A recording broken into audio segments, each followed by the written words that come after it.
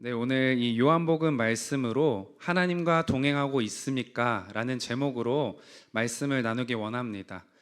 이 말씀을 시작할 때 우리가 이제 먼저 감리교 창시자였던 존 웨슬리를 이야기하면서 말씀을 시작하려고 합니다. 존 웨슬리는 항상 하나님과 어떻게 하면 친밀해질까라고 이렇게 고민하면서 살아갔어요. 그는 이제 옥스퍼드 대학교를 다녔는데 그 대학 시절에 동생과 또 이제 같이 지냈던 그 학우들과 함께 홀리 클럽이라는 것을 만들어서 그 안에서 정말 그 신앙의 규율을 지키면서 생활하였어요. 그 홀리 클럽이 우리가 지금 하고 있는 그 속회의 전신입니다. 그래서 그것을 통해서 계속 그렇게 신앙을 지키며 살아갈 때 주변 사람들이 그들에게 너네는 너무 규칙주의자다라고 이렇게 지적을 했는데, 그럼에도 불구하고 그들은 이제 그런 것을 신경 쓰는 것이 아니라 어떻게 하면 더 하나님과 동행하며 살아갈 수 있을까를 날마다 고민하면서 그렇게 신앙생활을 했습니다. 웨슬리는 은혜의 수단 혹은 은혜의 방편이라고 부르는 것들을 이제 만들어서 그것을 통해서 이제 자신을 점검하고 또 그 같이 사역하고 있는 사람들에게 그것을 전해주면서 이것을 꼭 지키면서 신앙생활 하십시오라고 이렇게 권면하기도 했어요. 이것을 통해서 모든 신자들이 변화할 수 있고 예수님을 인격적으로 만날 수 있다라고 이렇게 말하였습니다. 이 모든 은혜의 방편의 이 목적은 사랑의 생활이고, 이웃을 사랑하고 있지 못하다면 아직 그 하나님의 사랑을 경험하지 못한 것이다 라고 이렇게 말해요. 그리고 아직 우리가 새로 지으심을 받지 못한 그에 따른 결과이다 라고 이렇게 이야기합니다. 이 은혜의 방편이라고 하는 것에 정말 더 많은 것들이 있는데, 오늘 이제 같이 볼 것은 기도와 성경 탐구와 그리고 그리스도인의 교제입니다. 이 세 가지를 우리가 같이 읽으면서 한번 이제 마음을 나눠보기 원하는데, 우리 화면을 한번 띄워주시고, 먼저 기도입니다. 우리가 이것을 같이 한번 읽어보시면서 마음에 새겨보시길 바랍니다. 시작. 개인, 가족, 공중회계, 청원, 중보, 감사. 당신은 이것들을 각각 사용하는가? 당신은 매일 아침과 저녁에 개인 기도를 하는가? 당신이 어디에 있든지 기도 시간을 지키도록 계획을 세우는가? 당신은 가족 기도회를 실천하는가? 당신은 매일 저녁 기도 시간을 지키는가? 네, 이렇게 이 기도에 대해서 말을 하였는데, 기도가 이미 얼마나 중요한지 우리는 알고 있습니다. 기도는 하나님과 동행하는 데 있어서 가장 중심이 되는 수단이에요. 그렇기 때문에 우리는 이 하나님 안에서 은혜로 나아가기 위해 이 기도를 하는 것은 정말 우리 신앙생활의 필수적인 요소라고 볼 수 있습니다. 웨슬리는 이 기도의 한 가지 이제 직무는 하나님의 은혜와 복을 받기에 우리에게 적절한 우리의 성품을 만들고 우리가 구하는 것들을 향한 우리의 거룩한 갈망을 증가시키는 것이다 라고 이렇게 말하였어요. 우리 성도님들도 매일 잊지 않고 기도하시면서 그 주님께서 주시는 그 변화를 경험하시고 주님의 성품을 닮아 살아가시기를 소망합니다. 네, 그 다음 이제 성경 탐구인데, 이것도 같이 한번 화면을 보시고 읽어보도록 하겠습니다. 시작. 읽기. 지속적으로 매일 일정한 분량을 읽어야 한다. 전후 기도와 함께 진지하게 읽어야 한다. 열매를 맺으면서 당신이 배운 것을 즉시 실천하면서 읽어야 한다. 묵상. 정한 시간에 일정한 규칙에 따라서 해야 한다. 네, 우리가 성경을 읽으실 때 이렇게 읽게 되시기를 바랍니다. 이 웨슬리는 성경 탐구에 중요한 세 가지 요소가 있다라고 이렇게 말을 하는데, 첫째는 자기 성찰을 통한 개인의 성화입니다. 이게 무엇이냐면 성경 탐구를 통해서 우리가 하나님의 성품을 닮아갈 수 있다라는 것입니다. 그리고 둘째는 다른 사람을 이 성경 말씀으로 가르치고 또 다른 사람들이 은혜 안에서 성장하는 것을 도와줄 수 있는 것에 대해서 말을 합니다. 그리고 마지막 세 번째는 이 소공동체 안에서 성경 탐구입니다. 지금으로 말하자면은 우리가 이제 각자 다 속회가 있으시고 또 우리 청년들은 또 각자 이제 셀이 있으실 텐데, 그 안에서 우리가 이 성경 탐구를 통해서 서로 이렇게 점검하면서 우리가 생활하면서 겪게 되는 문제들을 이 성경으로 해답을 구해가는 그 과정을 이야기하는 것입니다. 그리고 또 한 가지는 우리가 이제 매일매일 또 묵상하면서 살아가시는 우리 성도님들이 많으실 거라고 생각합니다. 근데 혹여나 매일 묵상을 하지 않고 계신 분들이 있다면 꼭 매일 묵상을 하게 되시기를 바랍니다. 이 묵상은 우리의 어떤 작은 그런 생각들을 하나님의 계획하심을 볼 수 있는 넓은 사고로 그렇게 만들어줄 수 있는 정말 중요한 수단이에요. 그렇기 때문에 우리가 이 성경 탐구를 통해 더 주님과 가까워지고 또 그 변화가 일어나 자기의 하나님의 그 자신을 향한 하나님의 뜻을 분별하며 또 살아가게 되시기를 소망합니다. 마지막으로 이제 그리스도인의 교제입니다. 화면을 띄우시면 이것도 한번 같이 읽어보도록 하겠습니다. 시작. 당신의 대화는 항상 은혜 안에서 소금으로 맛들여져 있는가? 당신은 한 번에 너무 길게 말하지 않는가? 당신의 대화는 듣는 자들에게 은혜가 되는가? 모든 대화에서 언제나 분명한 결론을 얻으려고 하는 것은 좋지 않다. 전후의 기도로 실행한다. 웨슬리는 하나님과 보내는 그 시간을 매우 중요하게 생각했던 것처럼 그리스도인의 교제도 매우 중요하게 생각을 했어요. 그리스도인의 교제를 통해 우리가 하나님을 전할 수 있고 그 서로가 이제 점검을 할 수 있으며 또 이 주님께서 우리에게 부어주셨던 그 말씀하셨던 그 계명처럼 우리가 서로 사랑하며 살아갈 수 있기 때문입니다. 이 속회에서나 다른 분들과 교제를 하게 될 때 이 방금 우리가 읽었던 이 그리스도인의 교제를 참고하셔서 교제하시게 되시기를 소망합니다.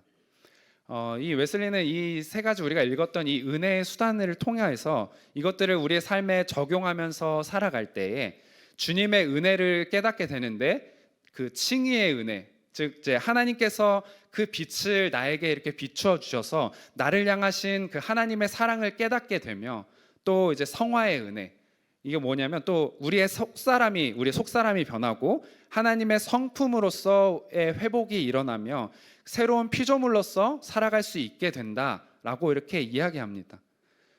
웨슬리는 하나님과 그 보내는 시간이 얼마나 중요한지 알고 있었기 때문에 항상 시간을 분별해서 하나님과의 시간을 보내려고 무척이나 애를 썼어요. 그의 인생에서 가장 중요한 것은 하나님과 시간을 보내는 것이었고 또 하나님을 전하는 삶이었기 때문이에요. 이 말씀을 제가 이렇게 드리는 것은 웨슬리가 정말 대단한 사람이었다라고 그곳에서 끝나는 것이 아니라 하나님을 믿는 우리는 누구든지 삶의 우선순위가 주님이어야 하고 모든 삶의 자리에서 우리가 어떻게 하면 하나님과 동행하며 살아갈 수 있을까라는 마음을 가지고 살아가야 할 줄을 믿습니다. 우리 성도님들께서는 얼마나 하나님과 동행하며 살아가고 계십니까? 우리가 이 하나님과 동행하며 살아가기 위한 이 두 가지를 오늘 말씀드리려고 합니다. 저를 한번 따라해 보시겠습니다. 첫째, 하나님과 함께 살아갑시다. 네, 우리 이 요한복음 3장 16절에서 17절 말씀 우리 화면을 보시고 같이 한번 읽도록 하겠습니다. 시작.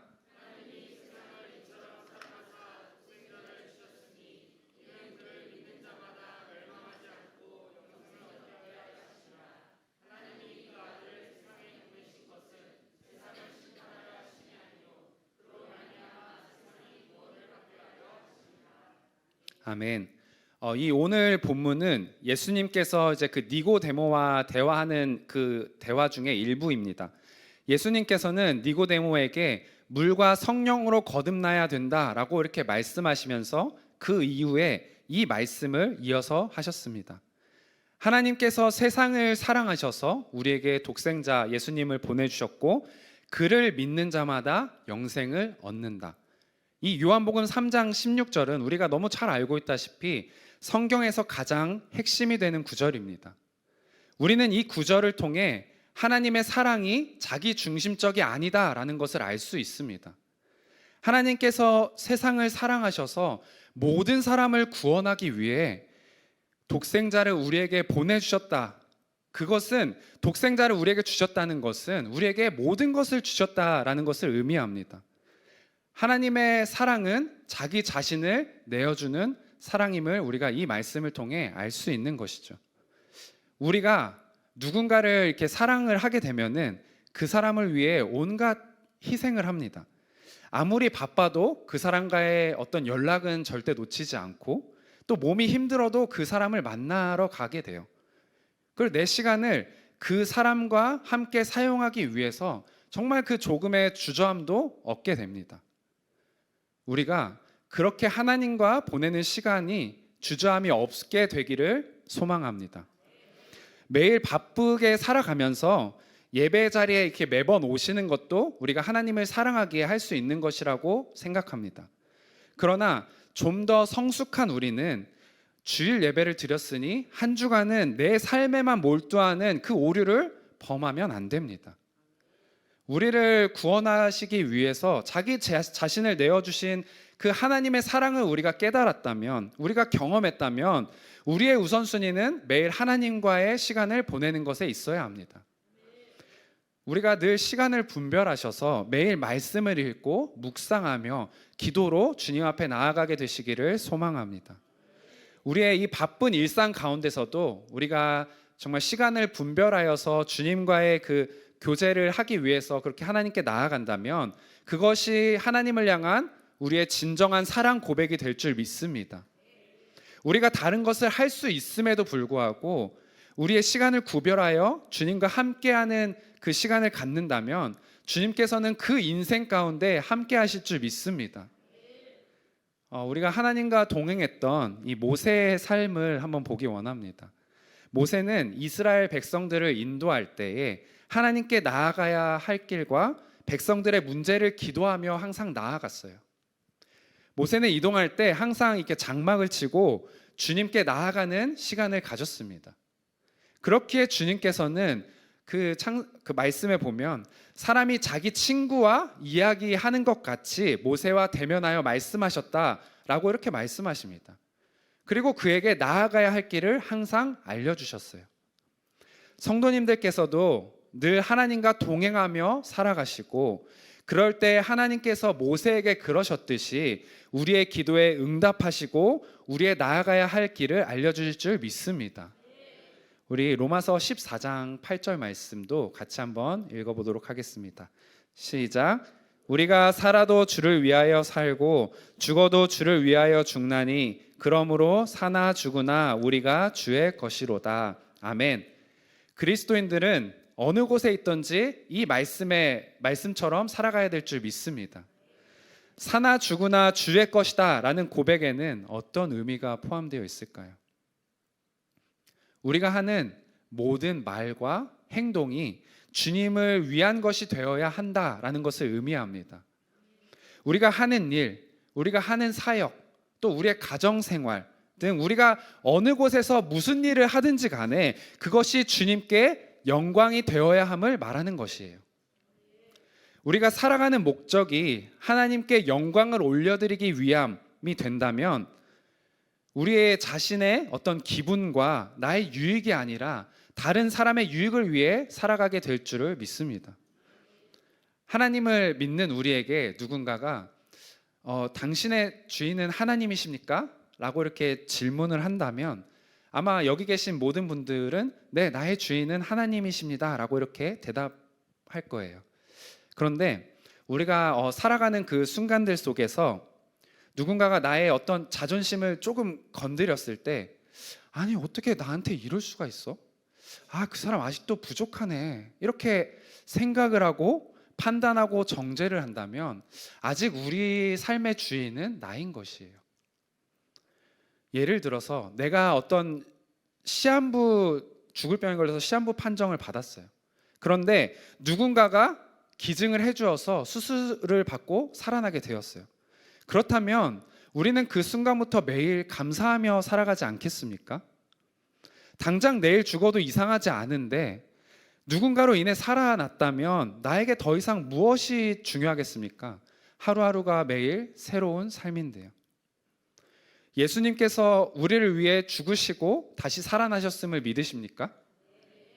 우리는 항상 죄 가운데 있어서 영원한 죽음으로 갈 수밖에 없는 존재였지만 예수님께서 우리를 위해 죽으시고 다시 살아나셨어서 그 예수님께서 자신의 생명을 우리를 위해 주셨고, 그로 인해 우리는 죽음에서 생명으로 옮겨졌습니다.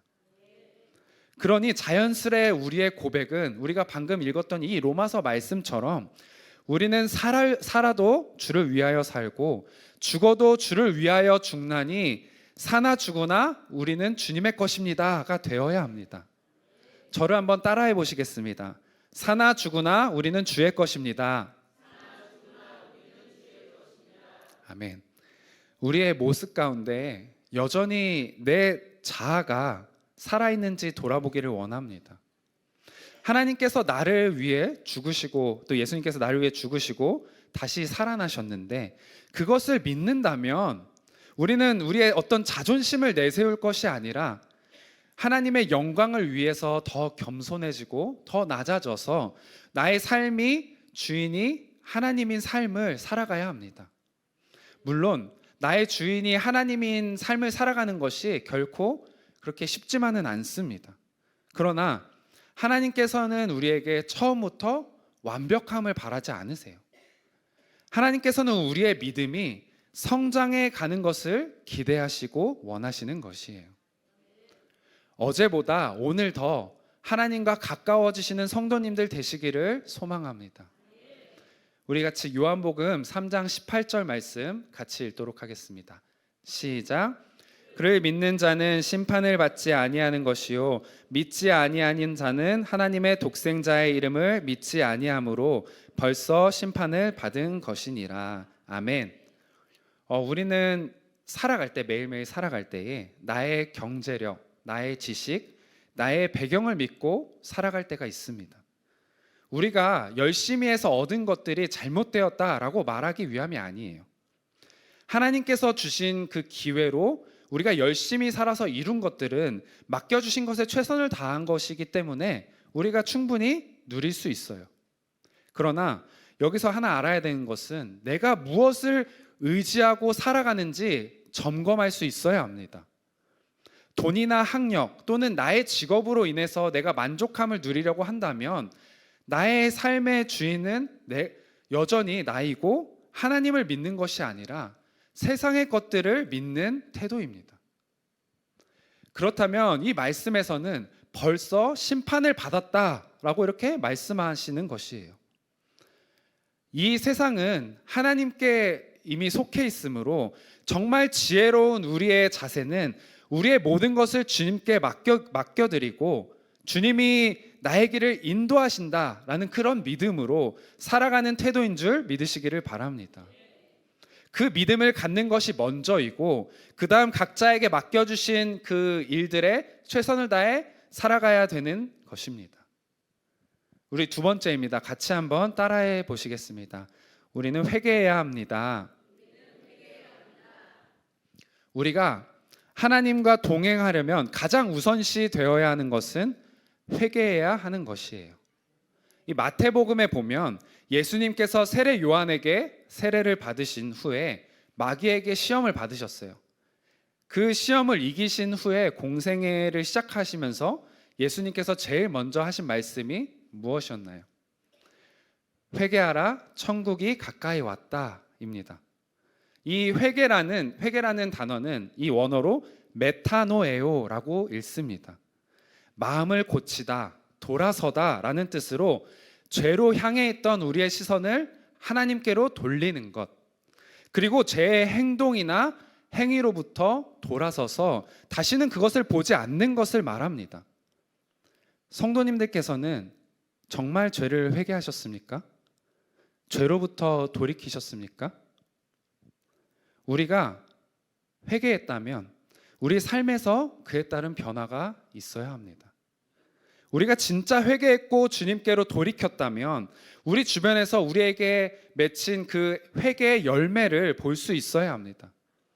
회개했다면 나의 삶에서 내가 중심이 아니라 하나님 중심으로 살게 되기 때문인 것이죠.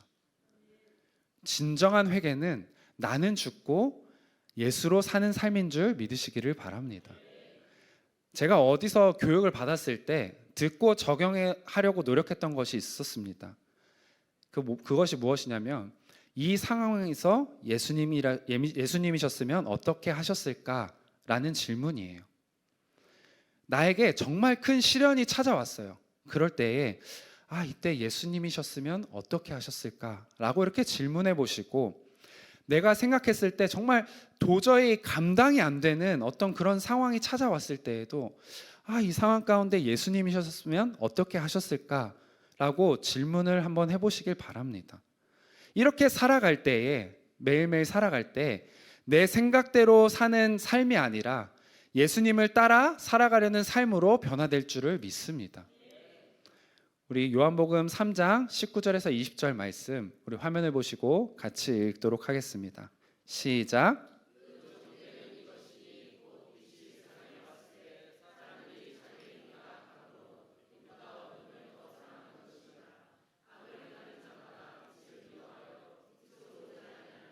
이는 그 행위가 드러날까 함이요. 아멘.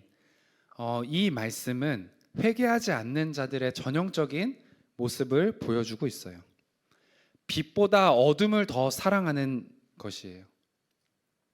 우리가 무심코 저지르는 죄들이 있습니다. 누군가를 미워하는 마음, 누군가를 질투하는 마음, 혹은 누군가를 비판하는 말이나 음란한 사진이나 영상들을 보는 것. 처음에는 이것들이 정말 작은 것처럼 느껴질 수 있어요. 이 정도로 뭔 일이 일어나겠어? 라는 아니란 생각을 할 수 있습니다. 그러나 모든 죄는 작은 것부터 시작하는 것입니다. 우리가 작다고 생각하는 죄들을 무심코 범하다 보면은 어느새 우리의 삶을 이렇게 뒤돌아봤을 때에 하나님과 전혀 상관없는 삶을 살아가고 있는 자신을 보게 될 것이에요. 마치 교회는 나오지만 몸만 왔다 갔다 하며 삶에서 성령님의 인도하심을 전혀 경험하지 못하는 삶을 살아가는 것이죠. 우리가 교회에서 말씀 듣고 봉사하고 교제하는 것 너무나 중요합니다. 그런데 교회에만 나왔다가 한 주간 하나님과 전혀 상관없는 삶을 살아간다면 우리 삶에서의 변화는 결코 일어나지 않을 것입니다. 죄를 지었더라도 빛 대신 주님께로 나아오시는 성도님들 되시기를 소망합니다.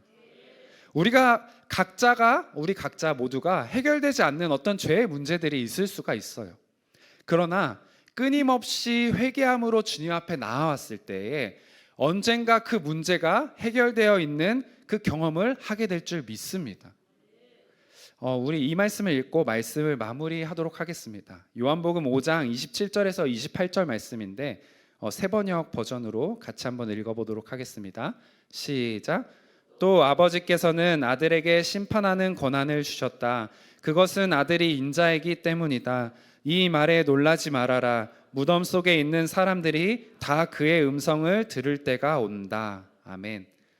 우리가 아까 처음에 읽었던 그 요한복음 3장 17절 말씀에는 초림의 때에 예수님께서 이 땅에 사람들을 구원하기 위해 오셨다라고 말씀하십니다. 그런데 이 방금 읽었던 5장의 말씀을 보면 예수님께서 재림하실 때 심판하러 오신다라고 이렇게 말씀을 하고 계신 것이에요. 우리가 정말 진정으로 회개함으로써 심판의 대상이 되지 않기를 소망합니다. 우리가 경건의 모양은 있으나 경건의 능력을 부인하는 자들처럼 되지 않기를 바랍니다. 우리가 정말 작은 것 하나까지도 죄에 민감하여져서 더 이상 마귀에게 길을 내어주지 않는 우리 성도님들 되시기를 소망합니다. 회개함으로써 주님과의 관계를 회복하시고 우리 말씀 초반에 읽었던 그 은혜의 방편들을 사용하셔서 주님과 더 친밀하여지고 주님과 날마다 동행하며 살아가시는 성도님들 되시기를 소망합니다. 주님과 동행하면서 살아가려고 그렇게 애쓸 때에 우리가 걱정하고 있는 그런 모든 문제들로부터 자유로워질 것이며 하나님의 선하심과 인도하심을 날마다 경험하며 살아가게 될 줄 믿습니다. 우리 그렇게 날마다 살아가시는 성도님들 되시기를 소망합니다.